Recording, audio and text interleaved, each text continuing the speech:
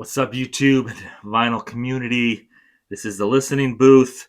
It's not quite the end of April yet, but it's close enough. And I want to do a video and didn't know what to do. Had a little bit of free time. Nobody's here. So I figured I'd just get rid of these. Not get rid of them, but you know what I mean. Uh, Most of this. Actually, nope. Only a couple of these have I shown. Didn't really. I listened to one. Actually, three that I showed in the last couple of months. Um, haven't really been buying a lot of records because, yeah, new ones are expensive, and I have to be very picky about what I buy. Um, and then finding older stuff. I don't go to any record stores really. So, I mean, a couple of weeks we're going to Maine, so hopefully I'll hit a couple of record stores up there. Maybe I'll find some good stuff. Maybe I won't. We'll find out. But here's a small, just a small amount of what I listen to. Actually, this is all I listen to. It's just a small amount over the last month. There were some cassettes that I listened to, but I always forget to leave those out to show. Um, Maybe a couple of CDs. Forget to put those out as well.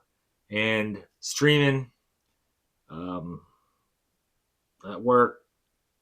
But yeah, anyway, I'm zoning out here. First one, I finished listening to this before I started doing this video. I streamed it a couple times already. Lamb of God's latest, Into Oblivion.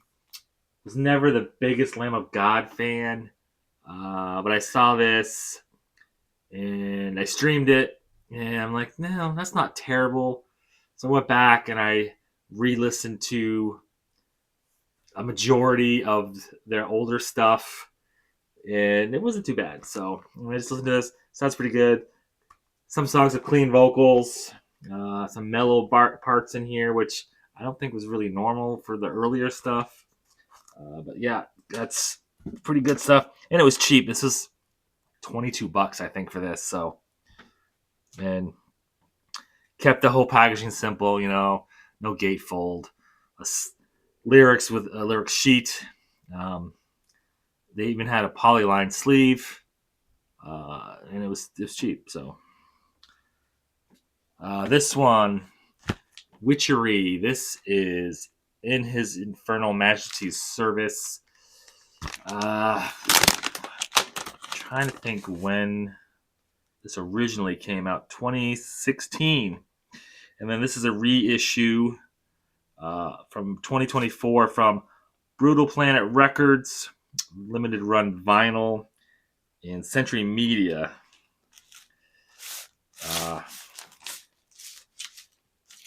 If you don't know Brutal Planet Records, they do quite a few reissues of metal bands, stuff that I don't think was ever on vinyl or very limited. They did this, and they did both of can't remember the name of the band now. Can't remember what letter starts with fucking A. Here's the vinyl. Good black and thrash. If I think of the name, I will come back to that Brutal Planet thing. If not, whatever. This next couple were I didn't know what I wanted to listen to, so I just kind of randomly pulled something from somewhere. This is Prong, Force Fed, first album, I believe. I should probably put this in a different sleeve, but bought this at a place in Rutland, Vermont. It's overpriced. They have records, but it's also got a bunch of other shit there. And there's like two sections of records. One, I think, might be somebody else, and they're fairly priced. I also found the River's Edge soundtrack there for like $6. It wasn't in the greatest condition. The record is not bad. But this, I mean, They had also bought Voivod's first album there.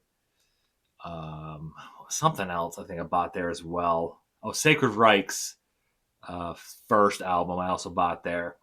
The records themselves look fairly nice, like almost near mint. The jackets. I also bought Creator. Um, what Creator was it? Was let me see here. Was that's not it.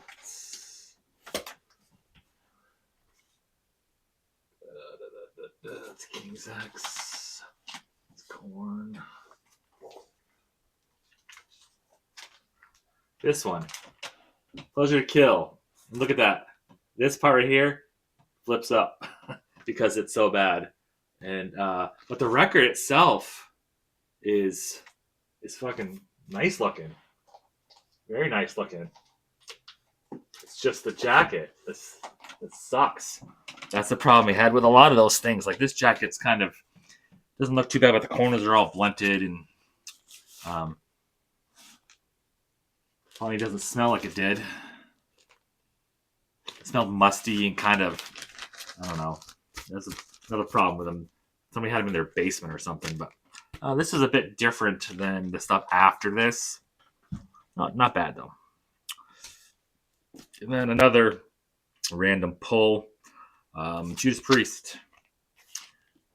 Screaming for Vengeance. Bought this back when Newbury Comics in my area actually sold used records. And people brought in good used records. I got this, a couple of other Anthrax, some Slayer, Seasons in the Abyss, original copy. Paid $75 for that. Discogs is worth like 120 or something like that, 130. Goes up and down like everything. This is a good album. Screaming for Vengeance. I don't like, what was it? Take These Chains, I think. Because it wasn't written by anybody in the band. It was written by somebody else.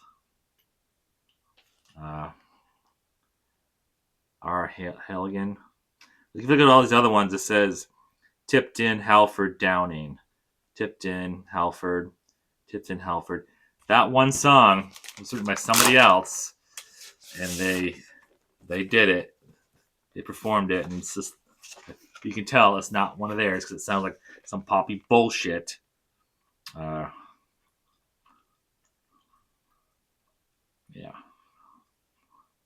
It's funny, it doesn't say who wrote Screaming for Vengeance, You're Good, Nothing Coming, or Fever.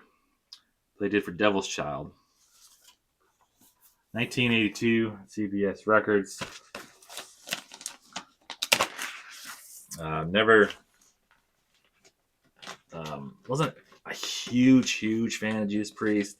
They always got that synth sound on a few of their albums and kind of poppiness. It's just kind of, I don't know. It's all right though. Dusty.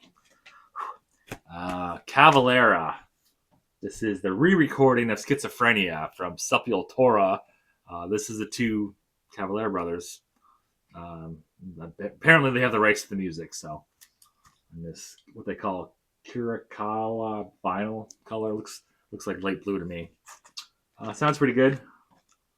I'd love an original copy of that though, but it'll probably never happen. Let's see. Atheist, Piece of Time. Good technical death metal. Or progressive. I think it's technical death metal. Could be progressive technical death metal. Piece of Time. On They Slay. I always like the name of that song, On They Slay. And what else? Beyond, Why Bother Life, No Truth. Pretty good stuff here. This is one of those bands I didn't find until I was in my fucking 40s, I think. Like when I first started buying vinyl again. This one is an oddity. This is Fork Nagar, I guess. black metal, True North. Um, I think some record company. What record company was this? Century Media was having a blind a blind bag. You know where you get like you can get 5 albums for a certain price, but you don't know what they are. Um, this was one of them. Can't remember what the other ones were. Uh, was that how that was? I don't remember. I didn't know I was getting this. Maybe it came with another one. I don't remember, honestly. I was like, what the hell is this? And I looked up who they were and said they were black metal. I'm like, oh, I'm not a really big black metal fan. Like, I'll give it a shot. And they don't really have a lot of the screechy vocals like a lot of black metal. It's a certain kind of black metal.